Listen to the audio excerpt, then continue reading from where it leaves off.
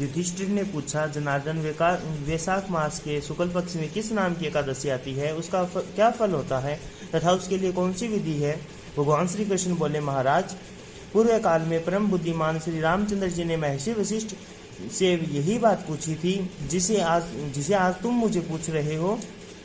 श्री राम ने कहा, भगवान, जो समस्त पापों का क्षय तथा सब प्रकार के दुखों का निवारण करने वाला व्रतों में उत्तम व्रत हो, उसे मैं सुनना चाहता हूँ। वशिष्ठ जी बोले, श्री राम, तुमने बहुत उत्तम बात पूछी है। मनुष्य तुम्हारा नाम लेने से ही सब पापों से शुद्ध हो जाता है, तथापि लोगों के हित की इच्छा से मैं पवित्रों में पवित्र उत्तम व्रत का वर्णन करूंगा। वैशाख मास के शुक्ल पक्ष में जो एकादशी होती है उसका नाम मोहिनी है। वह सब पापों को हराने वाली और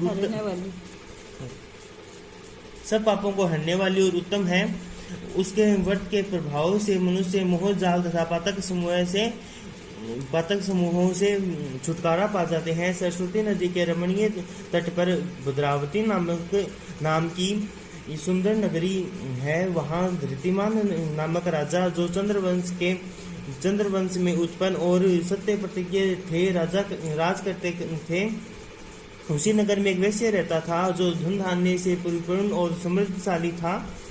उसका नाम था धनपाल। वह सदा पुण्य कर्म में ही लगा रहता था। दूसरों के लिए पौंसाला, कुआं, मठ, बगीचा, पोखरा और घर बनवाया करता था। भगवान श्री विष्णु जी की भक्ति में उसका हार्दिक अनुराग था। वह सदा शांत रहता था। उसके 5 पुत्र थे, सुमना, द्युतिमान, मेधावी, सुकृत और धृष्ट बुद्धि 5वां था। वह सदा बड़े बड़े पापों में ही संलग्न रहता था।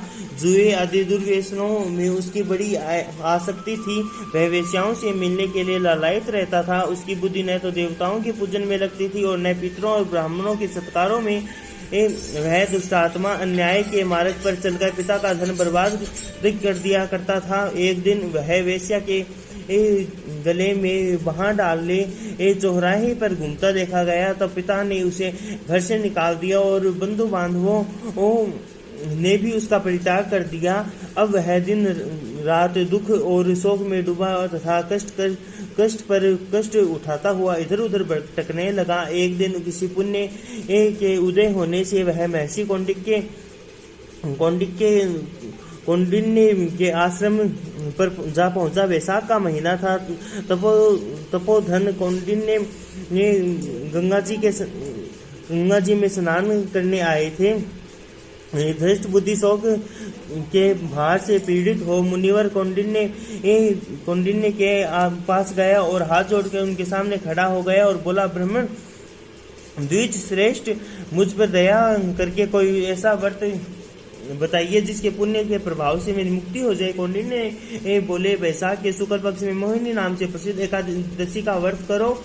मोहिनी को उपवास करने पर प्राणियों के अनेक जन्मों के लिए किए हुए मेरु पर्वत जैसे महापाप भी नष्ट हो जाते हैं। वशिष्ठ जी कहते हैं, श्री रामचंद्र मुनि का यह वचन सुनकर धृष्ट बुद्धि का चित्त प्रसन्न हो गया।